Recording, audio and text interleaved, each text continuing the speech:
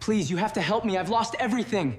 You left me when I needed you most. Why should I help you now? Please, for our past, for the company, for me.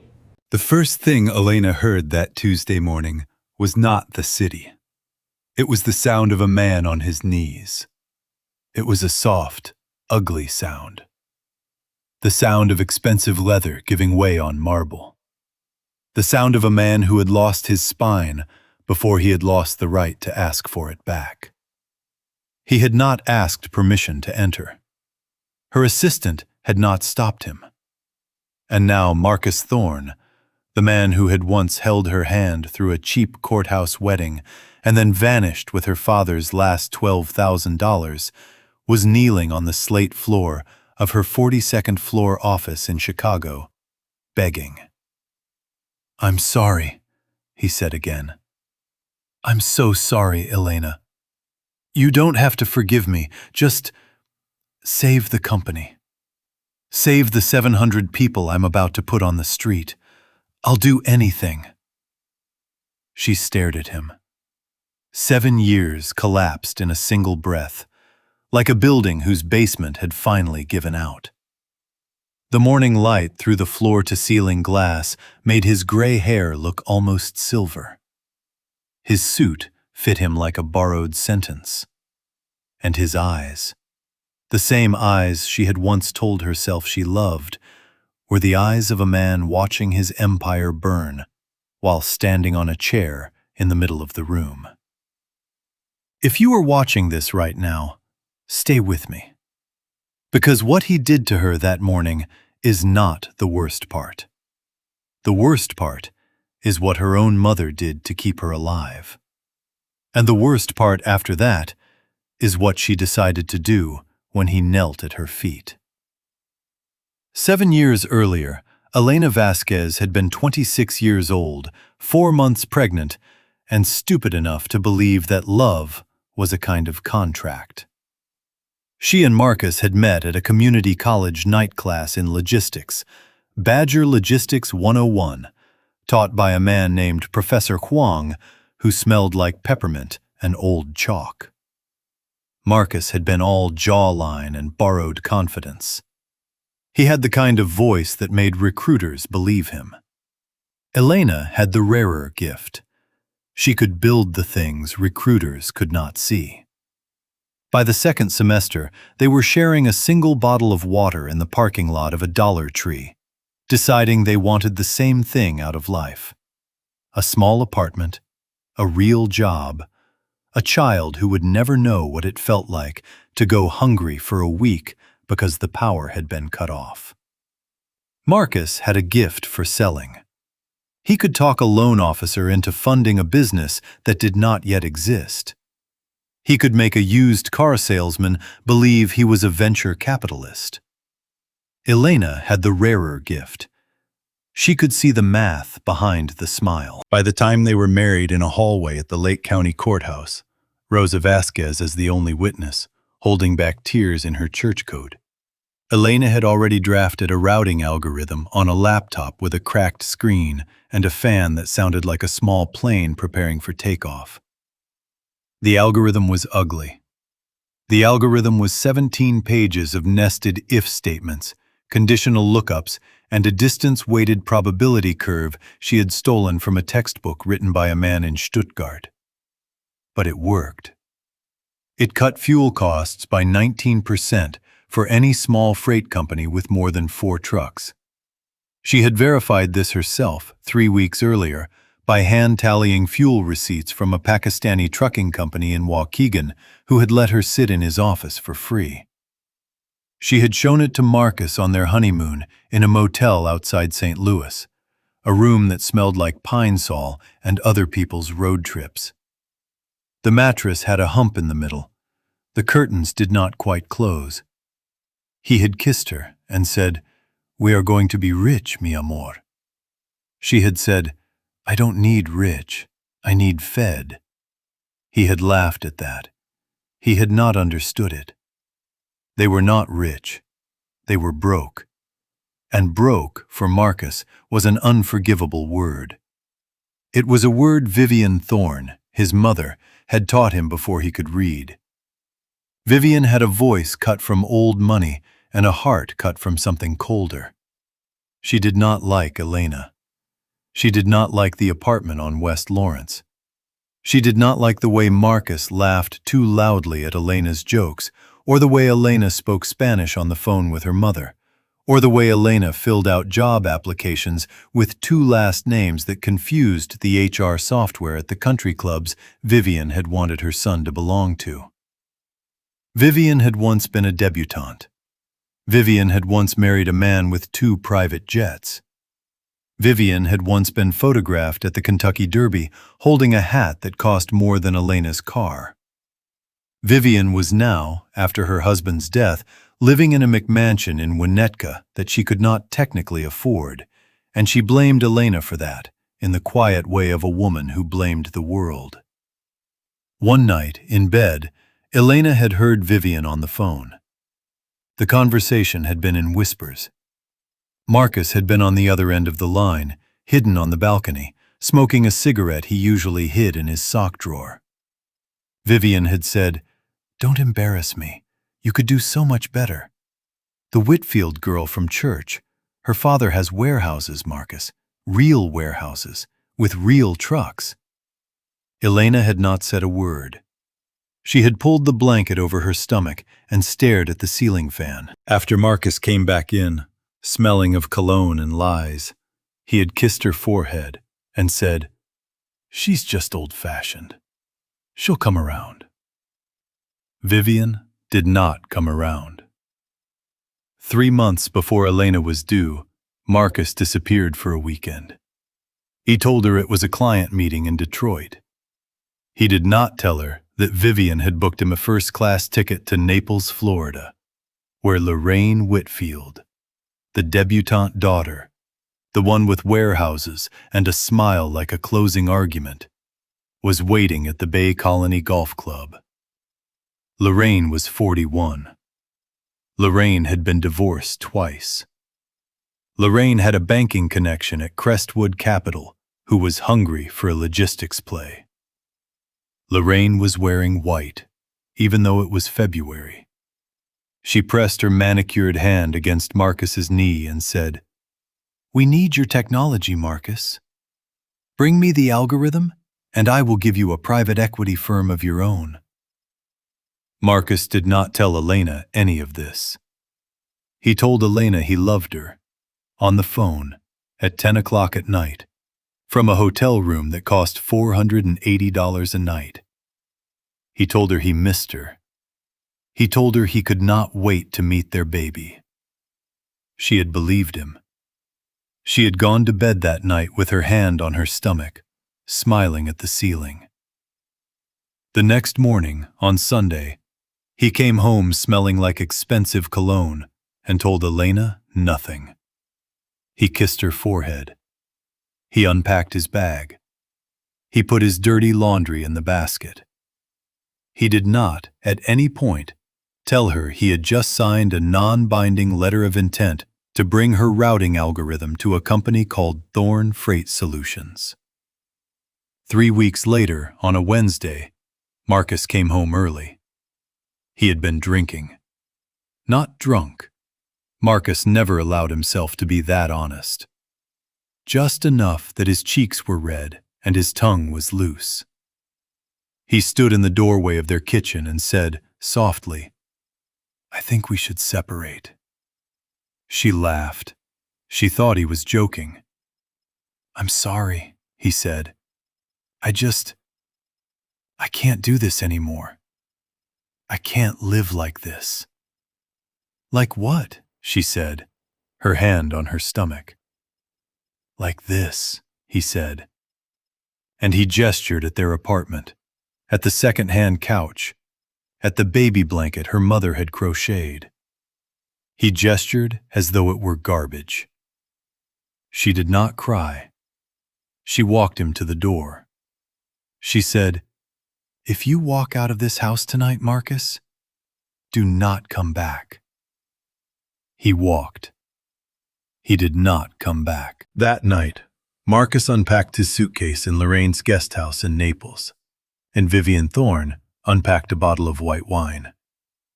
and they toasted to a future that did not include the pregnant Mexican girl who had loved Marcus the only way she knew how. Silently, stubbornly, and completely. 2 weeks later, Elena lost the baby. It happened at 3:14 a.m. on a Sunday morning. She woke up screaming. The pain was so sharp it knocked her off the bed. She crawled to the bathroom. She called Marcus. She got his voicemail. She called again. She got the same voicemail. She called 11 times. Marcus did not pick up.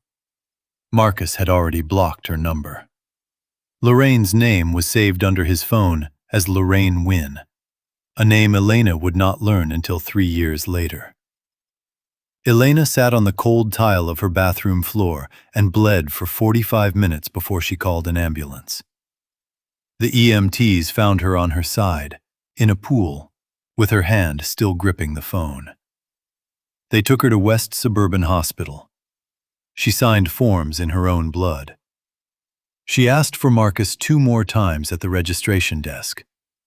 They told her there was no Marcus on the contact list. Vivian had removed it.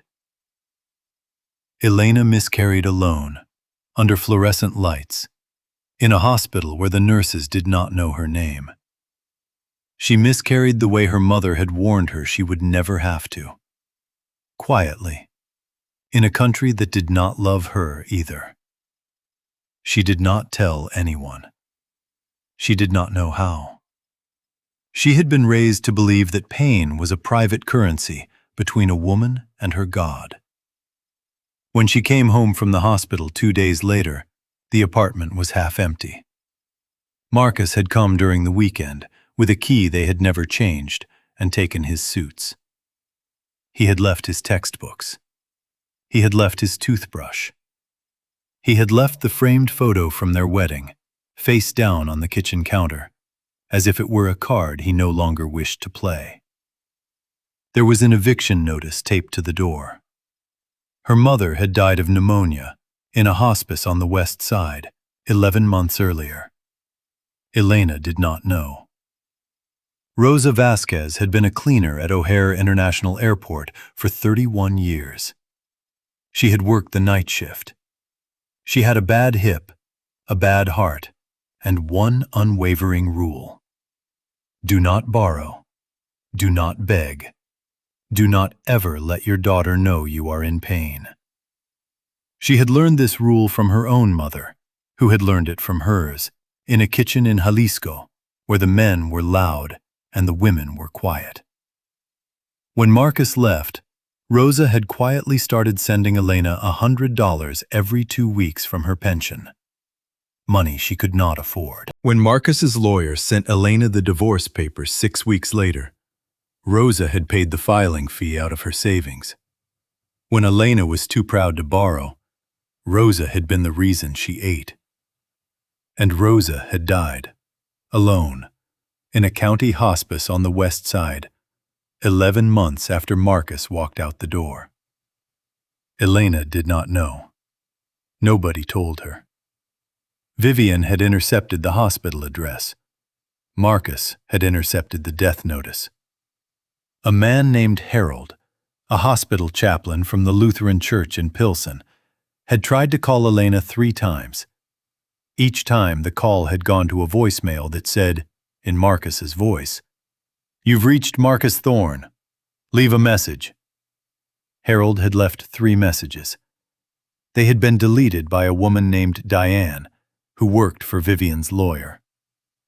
3 years later, Elena found out about Rosa's death through a chain of friends of friends of friends who had seen the obituary in a church bulletin.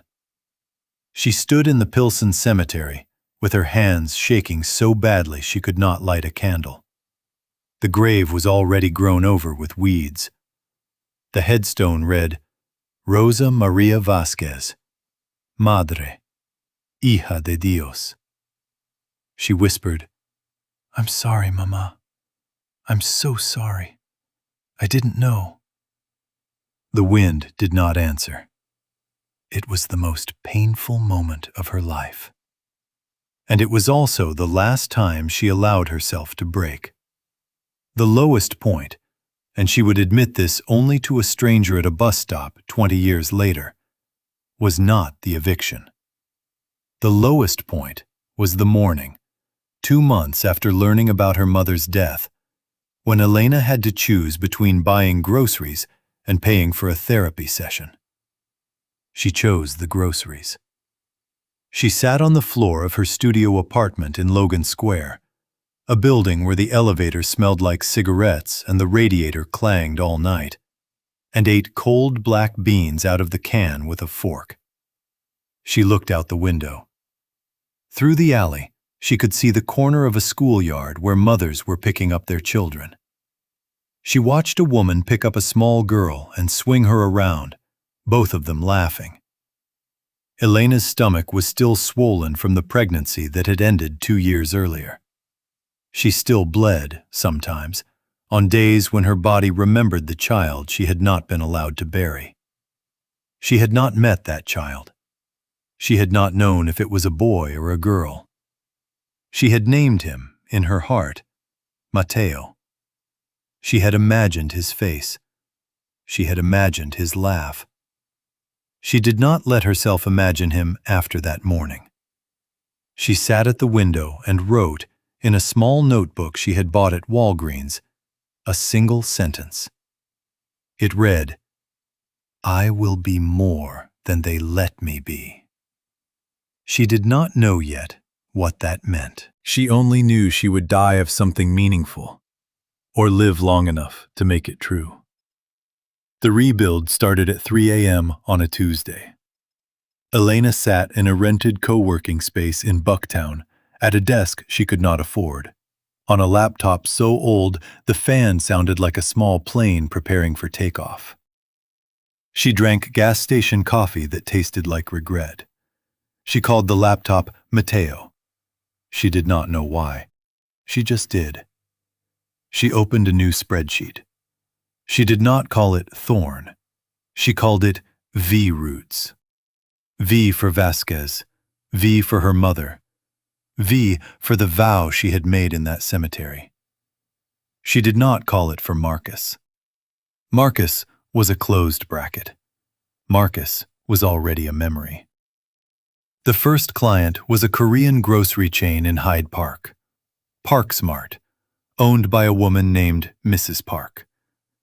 Mrs. Park was 68. Mrs. Park had survived the Korean War, 2 bad husbands, and 1 bankruptcy. Mrs. Park did not smile at small talk. Mrs. Park asked Elena one question, in a voice that could cut glass. "Can you cut my fuel costs by 20%, or are you wasting my time?" Elena said, "I can cut them by 23." Mrs. Park looked at her for a long moment. Then she said, "You remind me of my daughter, who I did not raise to be polite. You remind me of someone who has nothing left to lose.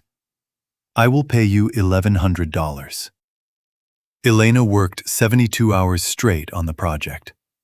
She did not sleep. She ate cold rice out of takeout boxes. And when she delivered the report at 4 a.m. on a Friday, Mrs. Park handed Elena an envelope with cash and said, 26%, you liar. Don't tell my husband." Mrs. Park gave Elena 2 more contracts. Mrs. Park told 3 other women about Elena. Mrs. Park stopped calling Elena Ms. Vasquez and started calling her La hija del viento. In 6 months, V-Roots had 9 trucks. In a year, 31. In 2 years, a dispatcher team, a CRM Elena had coded herself at 4 a.m., and a routing engine that other companies were quietly licensing because it cut their fuel costs by 19%. The exact same number Elena had promised Marcus on a motel bed in St. Louis, on a mattress that had a hump in the middle, with curtains that did not quite close. In 3 years, she moved into a real office on the 42nd floor of a building in the Loop. In 4 years, she hired the woman who had mentored her at the community college. Mrs. Park's daughter, Soo Ji, who had flown in from Seoul after hearing her mother talk about Elena for 9 straight months. In 5 years, she bought the building her office was in. She bought the diner across the street. She bought the parking lot behind it. She did not buy any of these to be rich. She bought them because she did not want anyone, ever again, to be able to take them from her. By the 7th year, V-Roots was a quiet giant. $190 million in annual revenue. A routing platform that saved the trucking industry an estimated $200 million a year in fuel. A CEO who still came to work in plain shoes because she had not yet figured out how to be the woman the world wanted her to be. She had not advertised it. She had not celebrated it. She had quietly built it the way her mother had quietly loved her, without ever saying a word about what it cost. And then, on a Tuesday, Marcus Thorne walked into her office. He was thinner. His hair had gray in it that had not been there 7 years ago. He wore a suit that fit him like a borrowed sentence. He walked in past her assistant because the assistant did not yet know his face. He made it as far as her desk. He made it as far as the chair across from her. And then his legs gave out. This is where most people stop the story. They think the begging is the moment. They think the kneel is the climax. But the kneel, in this case, was the floor of the empire Elena had built. And the real story had not yet begun. Marcus had not come to apologize. Or rather, he had come to apologize, but the apology was a costume. The naked truth under it was much worse. Thorne Freight Solutions, the company he had built on Elena's stolen algorithm, was $26 million in debt. Lorraine had left him. For a younger man, a derivatives trader, someone who did not smell like Elena's mother. Lorraine's father had pulled out. The investors who had once toasted Marcus at country clubs were now suing him in 3 states. The algorithm, Elena's algorithm, the one she had shown him on their honeymoon, the one he had filed under his own name, the one that had netted him $9.4 million the year Lorraine's father cashed out, was out of date. Without the constant refinement that only Elena knew how to do, the platform bled money like a man with a torn artery. He needed her. He had not come for love. He had come for the woman he had thrown away. "I will take you back," he said. "I will sign anything. I will give you Thorne Freight. I will give you the house. I will, Elena, I will give you everything." "You can't give me back my mother," she said. He blinked. "You can't give me back the miscarriage. You can't give me back the 3 years I thought I was crazy. You can't give me back the night your mother called me a spick on the phone while you pretended not to hear, in our own bedroom." "I never—" "You did," she said. "You sat there. You knew." "You let her." He had nothing. His mouth opened and closed like a fish that had forgotten how to swim. She let him sit there for 90 seconds. She let the silence of her office do the work that a courtroom might not. She looked at his hands. They were shaking. They had always shaken when he was uncertain. She remembered this from the wedding. She remembered this from the night their apartment had been broken into and he had stood in the closet, unable to move. She did not feel sorry for him. She had spent 7 years feeling sorry for him, and 7 years had been enough for a lifetime. Elena did not like this man anymore. She did not hate him either. She was simply past him, the way a woman who has crossed a desert is past the last cactus. And she had not the energy to look back. And then, before he could answer, her phone rang. It was a number from Pilsen. It was a woman she had not spoken to in 7 years. Her younger sister, Camila Vasquez. Camila had sided with Vivian during the divorce. Camila had told Elena she was embarrassing the family. Camila had called Elena once in the middle of the night when Elena was 3 months postpartum from a miscarriage that had almost killed her, and said, "You brought this on yourself, Elena. You married a man above your class, and you should have known better." Camila had not returned a single call in 7 years. Camila had not sent a birthday card. Camila had not acknowledged Elena's promotion to CEO of a 9-figure company in any way except a single 3-word text that read, "Good for you." Now Camila was calling. And the first thing she said was, "Elena, there's something I never told you. Please don't hang up." Elena listened, and the room began to spin. Camila had been the one paying Rosa's hospice bills. Camila had been the one sitting at Rosa's bedside every Thursday for 17 weeks, holding her hand, brushing her hair. Camila had been the one slipping $200 in cash into Elena's mailbox every month when Elena thought the federal stimulus had finally arrived. Camila had been the one calling Elena's old phone number over and over, getting Marcus's voicemail, leaving messages begging for an address. Camila had been doing this under Vivian's nose, with Vivian's money.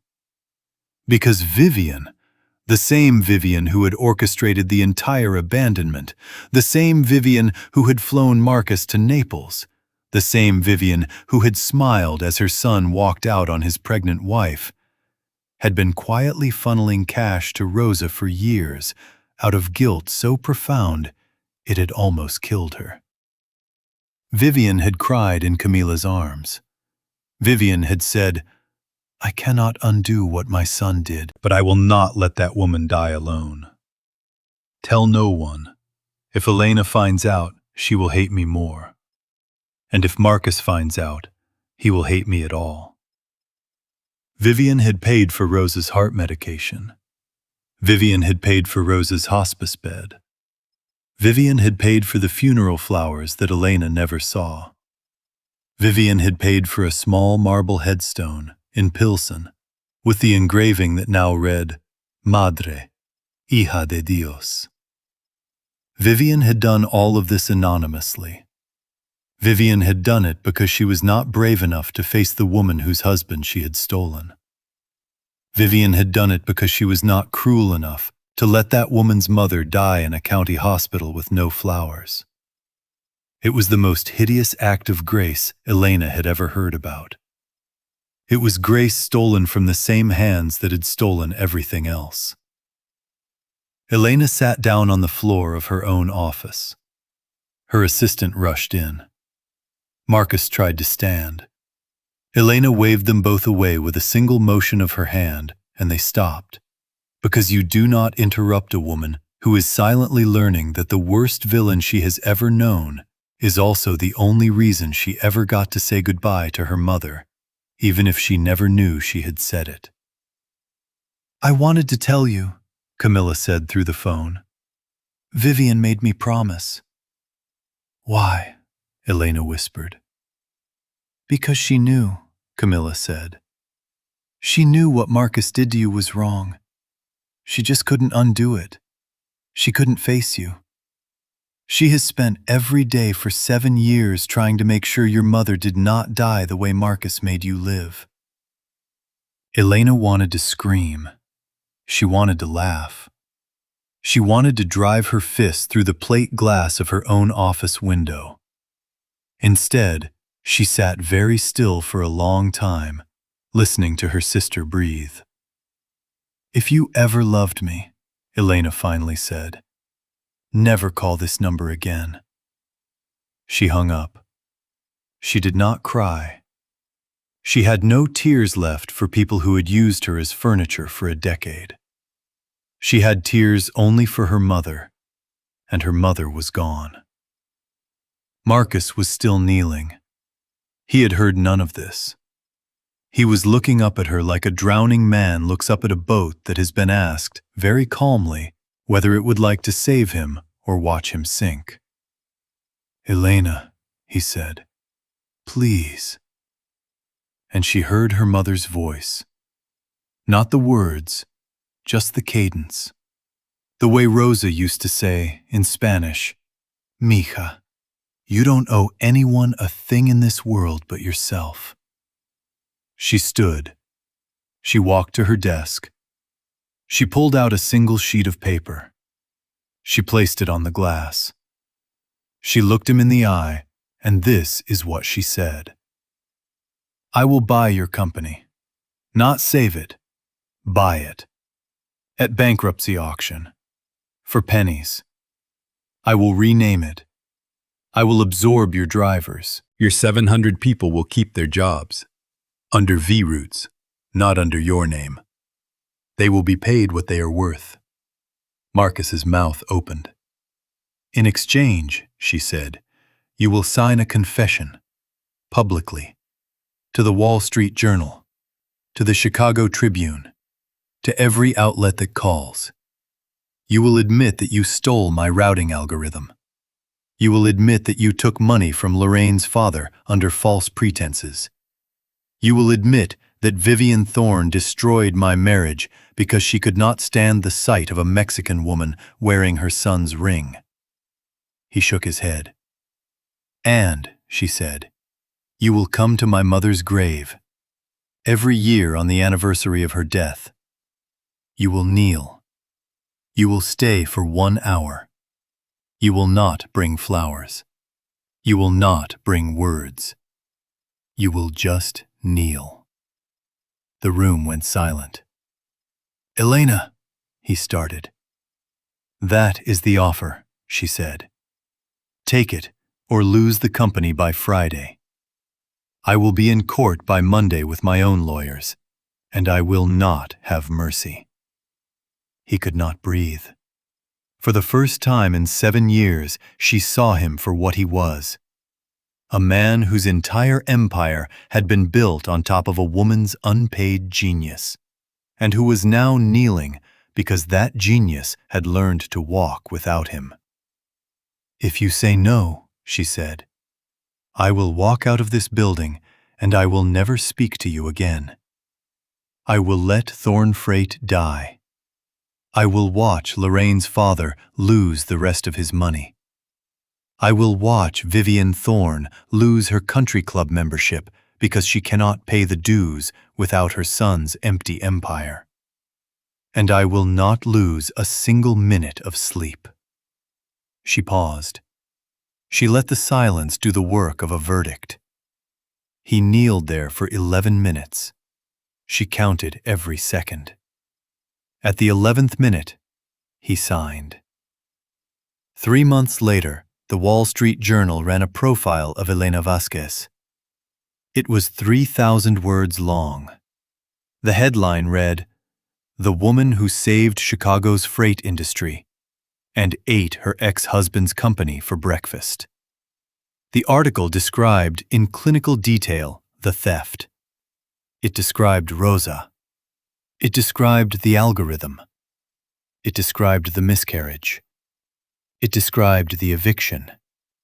It described the moment Marcus Thorne had knelt in her office and asked to be saved by the woman he had abandoned while she was carrying his child. It became the most shared business article of the year. It was translated into 17 languages. It was pinned above the desks of women in Mexico City and Manila and Lagos who had been told the same lie, that their work was not worth a signature on a check. Vivian Thorne called. She begged. She threatened. She offered to pay any price to make the story disappear. Elena did not pick up. Lorraine's father called. He cried. He said he had not known. He said he was ruined. Elena said, "So am I. I just built it back." Marcus called. He said he had changed. He said he still loved her. Elena said, "I hope you understand." And then she hung up.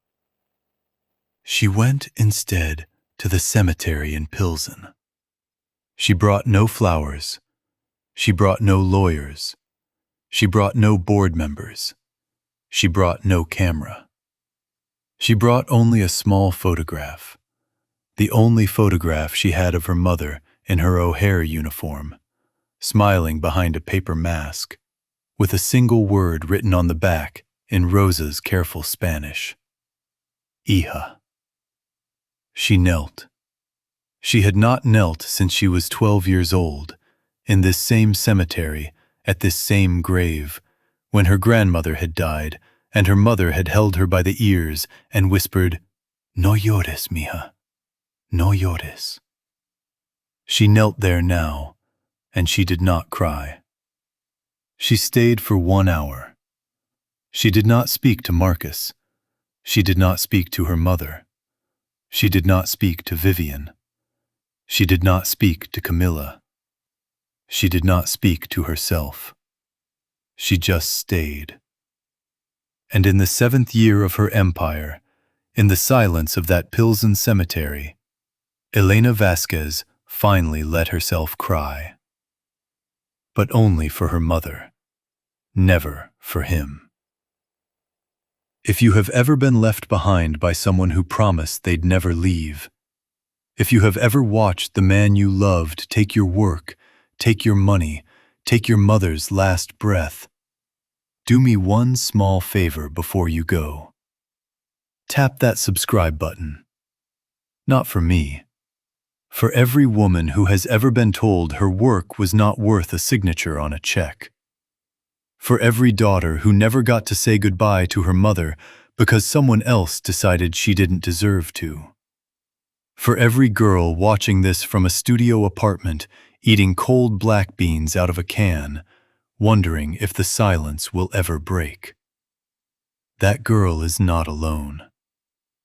I'll see you in the next one. What would you have done?